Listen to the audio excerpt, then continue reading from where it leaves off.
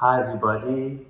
Join me to welcome Mark Scrimshire from Onyx Health, Chief Interoperability Officer, who's going to spend the next 30 minutes of his time with us, especially talking about his experiences with interoperability because he's a man who has seen it all, being part of interoperability right from when it all started.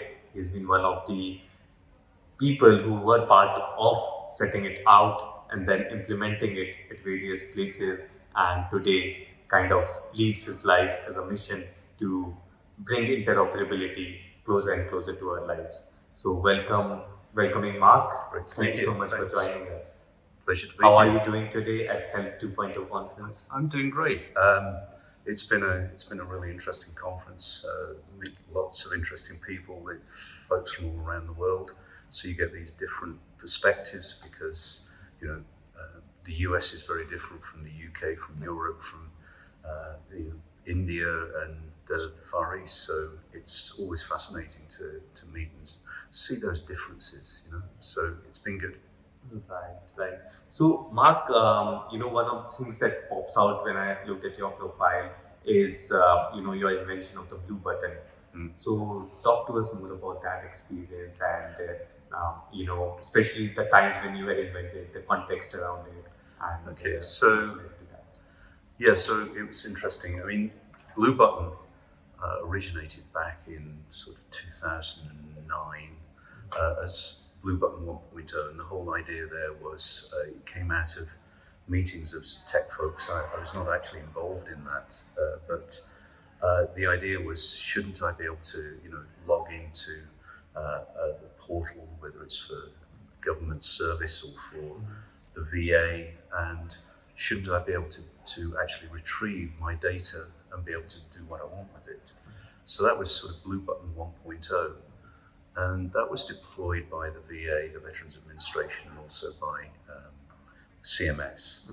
And it basically enabled for CMS 3 years of a member's health data, their claims, to be downloaded. So if you were a Medicare beneficiary, you could do that. But if you tried to print that out, it was a typical record, 1,700 pages of just text.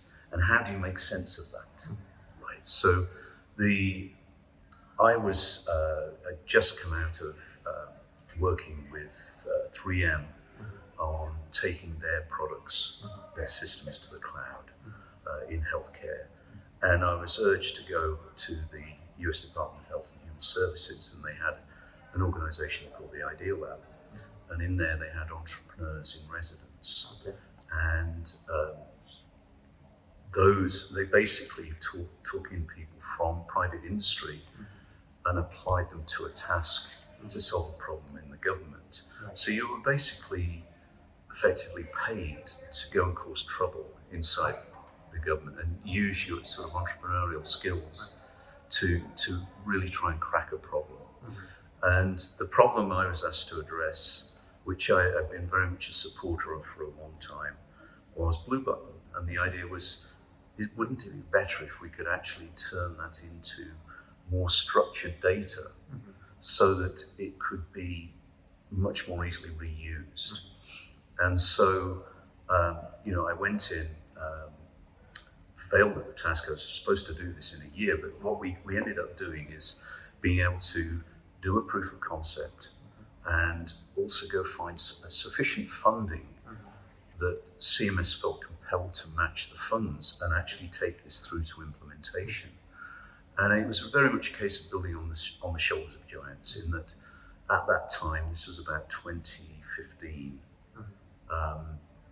the HL7 FHIR specification was starting to move.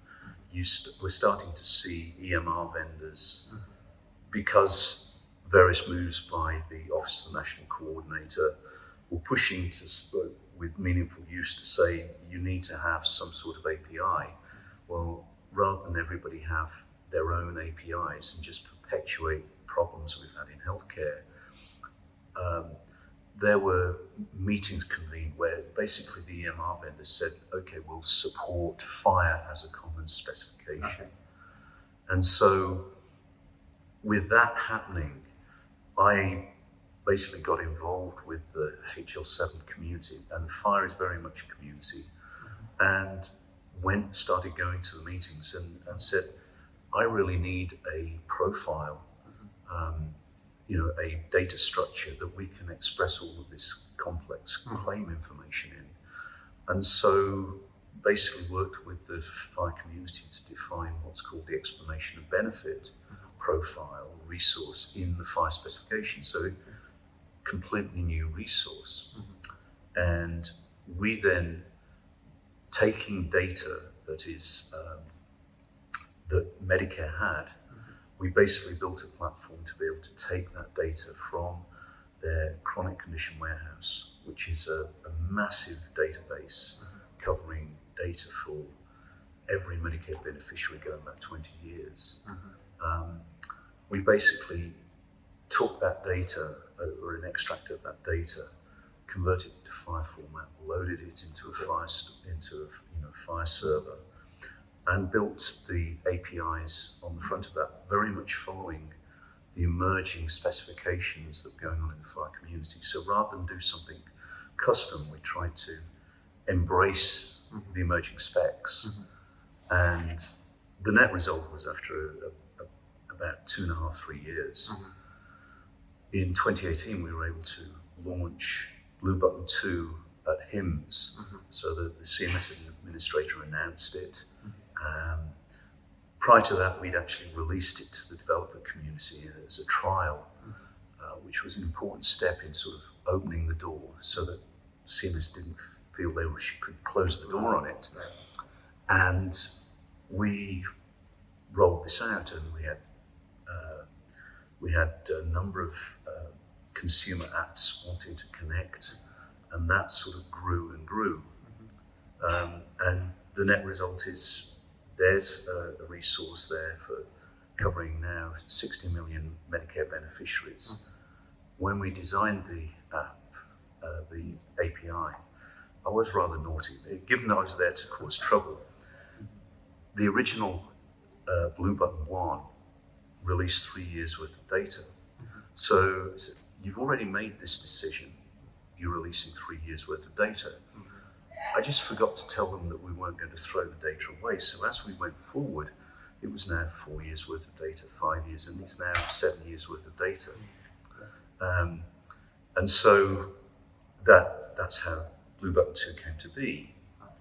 That ultimately led to CMS turning around to the industry, and one of my reasons for going to CMS is they're about 1/3 of the healthcare industry in the US. They spend something like $1.5 trillion a year supporting various plans, Medicare Advantage, Children's Health Insurance, Medicaid, and so forth. So if you can get the major healthcare payer in the country to do something, a lot of people to start to follow.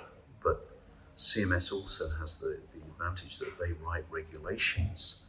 So those government-funded plans like Medicare Advantage sort of have to do what CMS asks them to do. So they write. We could see at Onyx, the team that I was involved with at Onyx, I was the first person on the project that built a team behind it, and we basically built Blue Button. We took those lessons because we could see that CMS was then going to write regulations that basically said, look, we've done this, we've proved we can do it at scale, you're an insurance plan, you can do the same. And that resulted in regulations that went into effect in 2021. Okay, great. So it all started with solving a small problem. Well, not so small a problem, it was an interesting problem. And it very challenging to do. What I mean to say is that looking back, it seems like such it's just a bunch of data. But actually designing the project so that you don't hit those government roadblocks that come every step of the way, because it's an incredible group of people in government, in places like CMS, really dedicated to what they do, and really trying to do the right thing.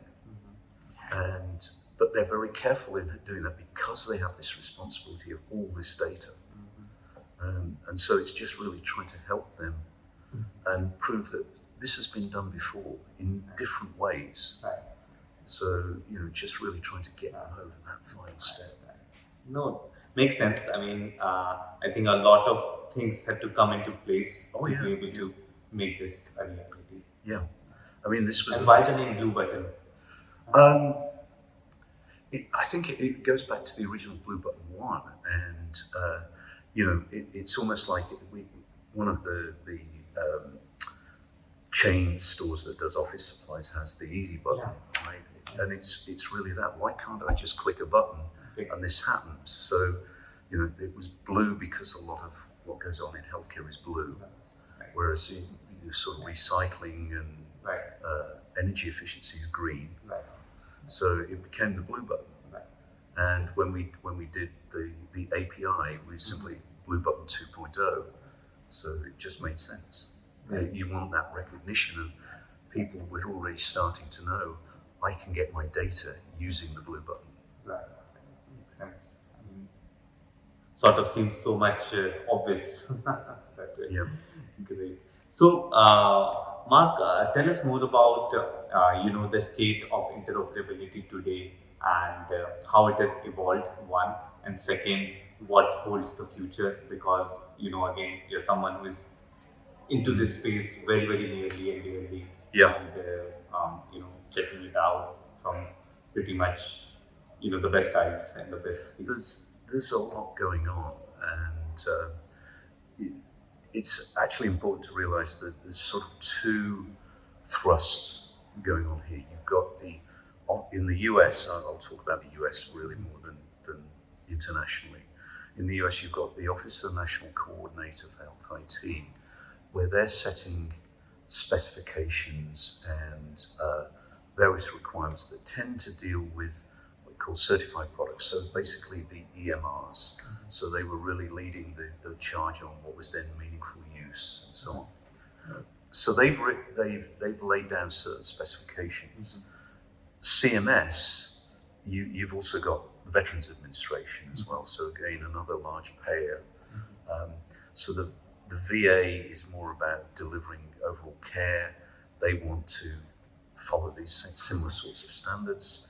CMS has the power of the purse across a large portion of the industry because they're funding things like Medicare Advantage. They're doing Medicare fee-for-service. They're doing supporting Medicaid, which is administered at a state level, but they can provide funding for the states. They talk the 90-10, where they'll provide 90% of the funding for the states to do something, providing they do the right thing. So you've got these combined things going on. So what's happened recently, if you look back last year, the ONC has been working through regulations around information blocking, so that trying to encourage the freer flow of data securely. They've also, part of that, which comes out from legislation that came out of Congress, is they have updated their requirements on certification for your product. So the original EMR certifications were about an older version of FHIR. In the community, we took DSTU2, so they're designated for trial use, basically. And so the EMR vendors have done a selection of types of records in standard format using that early version of FHIR. With the work going on in the CMS interoperability rule that went into effect in July of 2021, CMS basically pointed to FHIR in its version 4, this is really the widely deployed version, as being sort of the base standard. And they pointed to implementation guides the community had created to address certain areas like formulary data, provider directory data for your network providers, clinical data, so we use the term US Core or US CDI, and then the claims data, the blue button, which had been basically taken on using the CMS work that I did, an organization called the Karen Alliance that's focused around patient engagement and involvement, basically took that and built an implementation guide based on the new version of FHIR, release 4. And those were pointed to by CMS, saying if you use these guides, we're not saying you have to, but if you use these guides, you will meet the requirements of the rule. Right. And that's leaving scope for us as an industry to improve the guides. So what happened last year is that ONC in October 6th basically expanded the definition of electronic health information. So basically saying there's not much electronic information you as a patient cannot get your hands on. So we're going to see that gradually, more of that getting structured. At the same time, they said by the end of last year, EMR vendors, if they wanted to be certified, so this is, if I'm a health plan and I'm going to make a new EMR, I want it to be certified, right? Well, they basically said that's going to be on the latest version of FHIR, release 4 at the time, and using the US core version 3.1.1 version of the clinical records, right? So now we're sitting here in 2023, and you've got the EMR vendors. Their certification means they're doing basically, I think it's 28 resources, encounters, conditions, procedures, practitioner, the whole gamut, all in the same format. Plus, they have to make that available as a patient access API, so you can go to your doctor, connect an app, and be able to download your data. But the work CMS had done that basically required the same standards. The other part of the ONC certification is bulk access. So you can do a population health type query into that data. So that's really important for the industry to be able to, for example, a plan be able to go knocking on a provider's door and say, we have a business relationship. I'm trying to manage my health plan members. Here's my list of health plan members. Can I have their data? Right? And that's just starting to roll out. So now there are standard ways, because if you look at what's happened traditionally, you might have a pilot for addressing, some radical improvements in, diabetes, right? And what happens is, you do the research, you do a pilot do it out of one hospital, and then you want to say it's great, we get great results, but let's scale it. And now you go to the next EMR, the next hospital, and it's a different EMR, so you've got to reinvent it. So now with using FHIR as a standard, saying here's a baseline, that all the EMRs will talk the same way, all of those that matter. You now don't have to keep redesigning the interfaces. You can spend more time on working out what you need to do with the data than you spend time getting the data. So it really has moved but we're still in the early days. And I think we're going to see a lot of this really evolve over the next few years. It really, I think, will start to snowball as people realize it's easier to get your hands on data and then put it to use. Great. So, Mark, tell us, so one thing I was, in fact, reading on your profile was your, work with the HL7 community as a whole. And then I also came across the HL7 Da Vinci FHIR data exchange. So, talk to us more about that. I think it's the fact that I've been involved with starting with Blue Button, because we built it on FHIR. I've been involved with one of the work groups within HL7, and we have, like at least 3 times a year, what we call connect-a-thons. So that's where you get 200 geeks in a room for a weekend, hammering on the specifications to see that they work and where they can be improved. And so I've, attended, I've lost count, 20, 30 of these connectathons.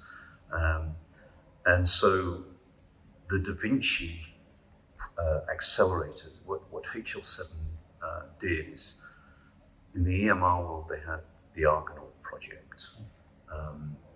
And that proven successful at coordinating the activities using, agile methods to keep pushing the ball forward in the EMR world. Well, a bunch of folks got together and said, there are some real problems in the US between payers and providers.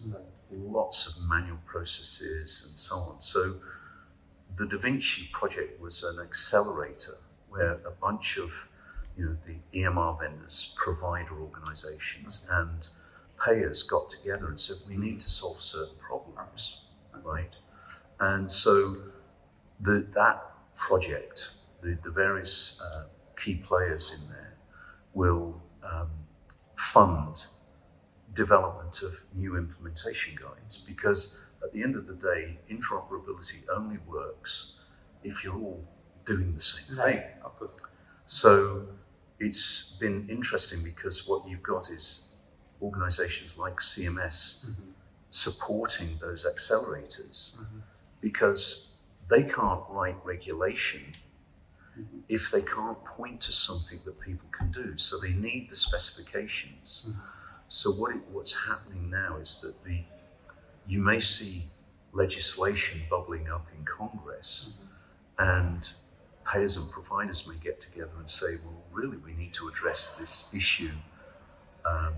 And then we'll start to work on the specifications of saying, this is how we could do it. And then the regulators, when the legislation hits, they have a certain amount of time to go and write regulations to actually see the legislation works. So they'll be looking to see that those specifications, those implementation guides have been built so that they can point to them or recommend them in their regulations. So you've got this constant evolution of these implementation guides happening. And I was just, because of my involvement with Blue Button, I was just asked to take part and actually author one of the guides. So I run one of the work groups around payer data exchange. So it's really dealing with how payers are going to exchange data between payers. So when you take your health insurance and at the end of the year you decide to move to a new health insurer, why shouldn't your data go with you? Well, how are you going to make that happen? And so payer data exchange also covers what happens when a provider comes knocking on the payers. So what's the state of this initiative now? Well, we published a first version of the guide a couple of years ago, and then we went through as we saw this new interoperability rule, this follow-on rule, the prior authorization rule sort of bubbling up. We could see the likely things that were going to be pointed to. There was some, at the end of the last administration, there was a rule they put out for comment and then it was withdrawn.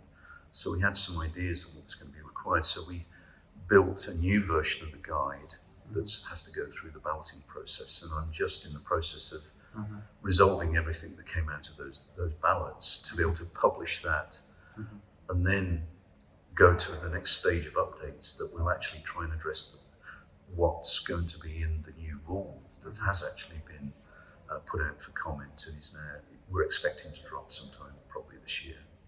Okay. So it's just an ongoing drive to really try and improve the specification and get people to adopt it. Okay. So, Mark, tell us more about your present role at Onyx Health as the Chief Interoperability Officer. What does your day-to-day look like? Apart from coming on podcasts and speaking at conferences, Onyx, some of the core team that founded Onyx in our parent company, we were spun off 3 years ago as a startup. whereas our parent company is very much in the federal contracting space. We're addressing health plans in the commercial marketplace.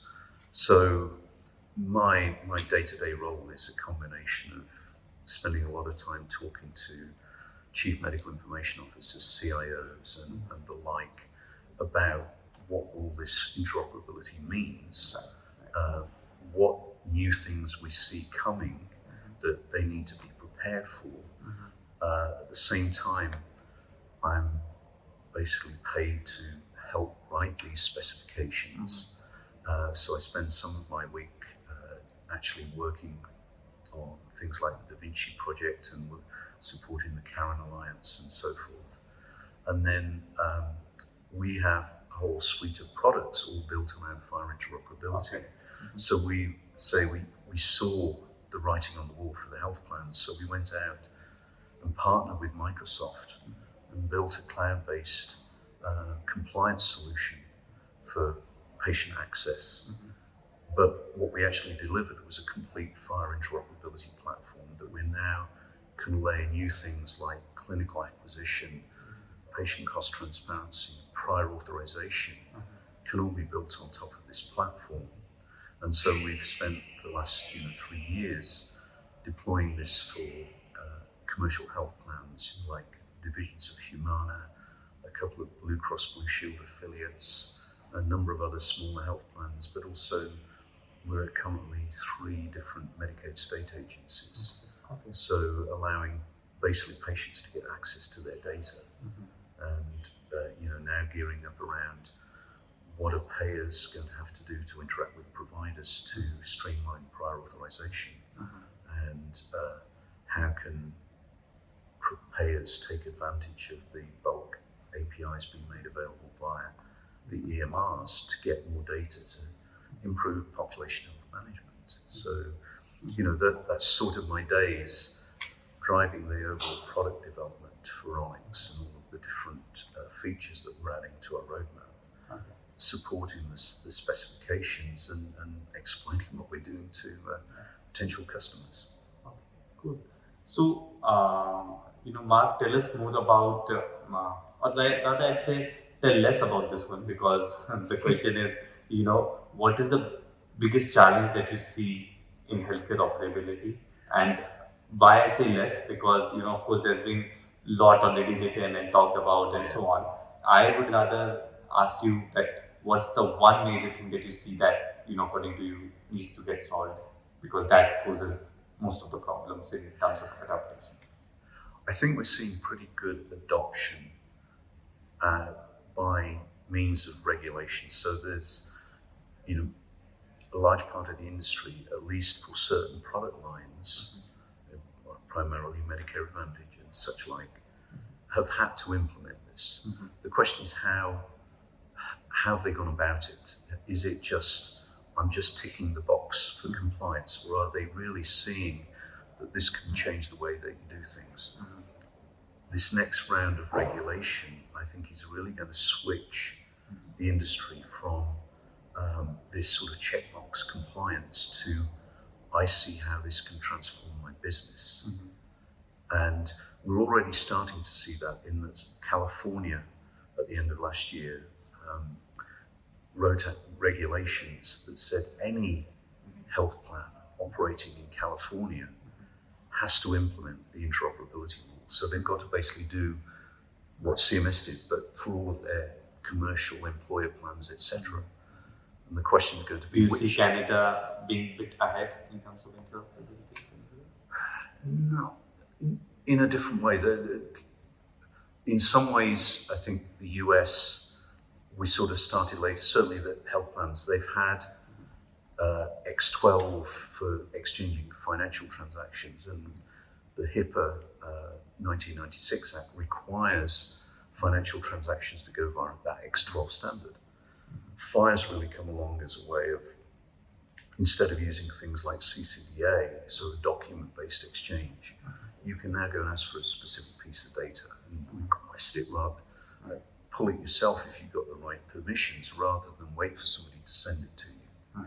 So we're seeing that sort of evolution. So FHIR, if you're not familiar with FHIR, it's really it's very internet friendly. We would say it's a RESTful interface. Right. It's JSON or XML. Right. So there's lots of us programmers out there that understand how to work with that, which means it's much quicker and easier to develop for. So I think we're going to see the use snowball. But it's just a case of really just keeping to developing these implementation guides so that people have got a common way of doing things. Otherwise, we're just going to have islands of interoperability, and we really need it to be more pervasive. We still have issues to address in terms of how do you discover those FHIR endpoints? So how do you know where to go? Then how do you get permission to access? And the tools we have in place today aren't really scalable for that. And that's why part of sort of my role in writing specs, I describe it sort of semi-jovially as I'm creating the next generation of problems to solve. In that if we get a number of health plans supporting these APIs, but they're having to manually set up everyone, then somebody's going to go say, this cannot go on, we have to find a better way, which ultimately pushes us forward. So that's really where this next phase of evolution is really going to be about discoverability and easier access. And I don't mean necessarily more open access. We've still got to keep things secure, but how do I go and register 1 million doctors to 1,000 health plans? Right? That's the sort of scale of challenge we've got to grapple with. And it requires us really acting as a community to get there. We can solve it as piece solutions, but we'll still be in more or less the same problem as we were. Okay. Cool. So lastly, I'd like you to tell a story, something that is close to your heart, where you had some experiences in health tech, putting interoperability that you are proud of, that you'd like to share. I think just the achievement of CMS Blue Button has been far more than we ever expected. The folks like Niall Brennan, who was the Chief Data Officer at CMS, who sort of originally put the pitch forward to say we need to bring someone in to do this. I remember back in 2014 that we were on the executive floor at the Health and Human Services saying this is what we were going to do. And then 5 years later, there's regulation out there saying these health plans have to do it. And we've actually at Onyx, we built this compliance tracker to see how many health plans have actually implemented. And there's literally hundreds, 500-600 health plans in the US have implemented patient access. It's just they haven't necessarily told their members that it's there. So in many ways that is it was incredible, the team both in CMS at my parent company New Wave, and then what we built at Onyx. Just an incredible team that we've deployed this stuff and proven it really can work. And so that ultimately is really satisfying. Great. Thank you so much, Mark, for sharing your experiences today. And I believe anybody looking to learn about interoperability can get a really good head start from these experiences. Thank you so much. Thanks a lot.